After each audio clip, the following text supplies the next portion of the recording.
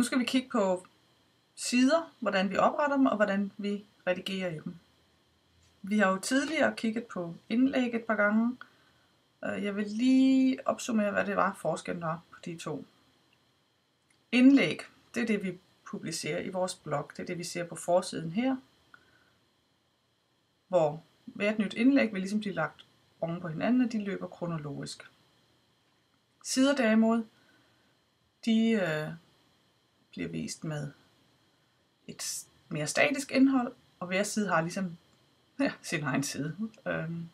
En anden forskel er, at som vi kiggede på tidligere, så bliver blogindlæggene, de bliver ligesom sorteret ved hjælp af kategorier og tags, mens at sider ikke bliver sorteret på den måde. Siderne bliver ligesom sorteret, hvis man kan kalde det, ved hjælp af vores menu. Det er deroppe, hvor man kan se dem. Man kan også se, det er en anden opsætning, der er her. Det her det er standardopsætningen, som er sådan en enspaltet med ret bred margen.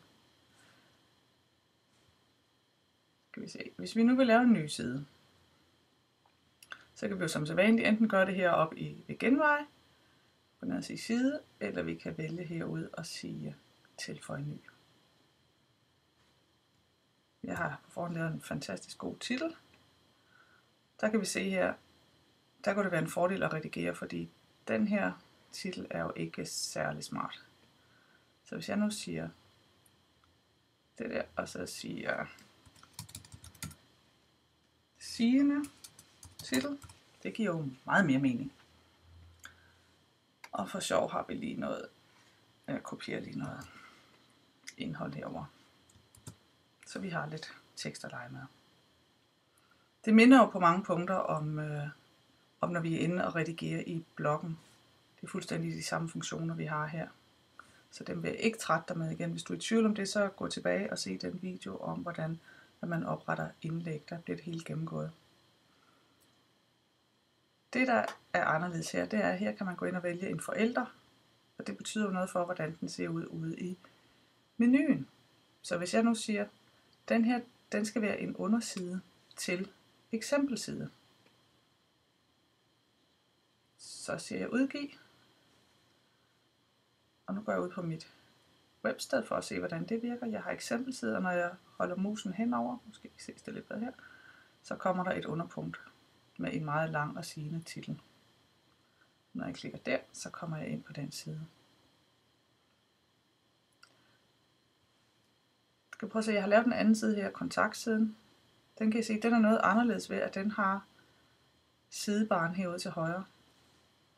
Hvis jeg nu vil redigere den side, jeg lige har lavet, det var den side, der hed en meget lang og sigende titel, så kan jeg faktisk bruge min værktøjsbjælke heroppe, og så klikke på redigere side. Så kommer jeg direkte ind.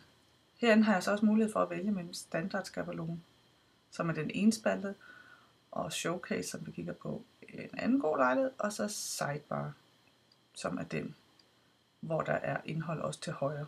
Så jeg opdaterer og se side. Så kan I se, nu er der kommet en sidebar herude, som vi jo kan bruge til en masse sjov hen ad vejen.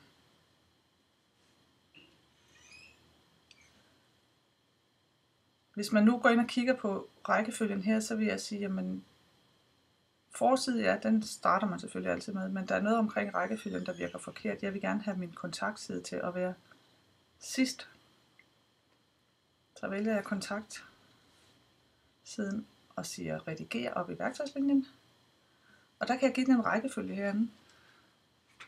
Jeg kunne for eksempel sige, at den skal være nummer 5. Nu skal vi se, jeg kan slet ikke huske, hvor mange. Går jeg lige ud og ser på siden igen. Så er den blevet rykket hen. Der er kun 4. Men det vil sige, at hvis vi putter en side til på, så vil den stadigvæk være bagerst. Vi kan også kigge på siderne ved at gå ind her.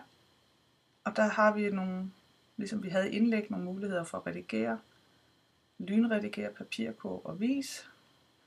Og vi har mulighed for at vælge massehandling, hvor man for eksempel kan vælge redigere og anvende fuldstændig ligesom med indlæg, kan man også klikke siderne fra her, hvis de alligevel ikke skulle have været med. Og så kan man gå ind og lave sine massehandlinger her. En af dem, jeg kunne forestille mig, der kunne være interessant for jer, det vil være skabelonen. Og man går ind og vælger sådan, så man kan sådan ensrette udseendet på siden. En anden, der kunne være interessant, det kunne være at gå ind og bruge for at få styr på sin menu. Så kan man gå ind og sige, at alle de sider her, de skal for eksempel ind og ligge som undersider til forsiden. Så det kan være rigtig brugbart. Nu laver jeg ikke lige så mange ændringer her, så jeg siger annullér. Men altså, kort sagt, så er siderne, vi går lige ud og kigger her igen, siderne optræder heroppe i menuen. Det er den måde, vi sorterer dem på. Den enkelte side kan få et nummer, som man bruger til at sortere i rækkefølgen her, eller den kan få en forælder, så den vil komme til at ligge som en underside. Standardskabelonen er den enspaltede her, men den kan I nemt gå ind og ændre. Noget af det, vi skal kigge på i den næste video, det bliver at arbejde med at indsætte billeder. Og det er både på det er samme arbejdsgang på indlæg og sider. Så vi ses der.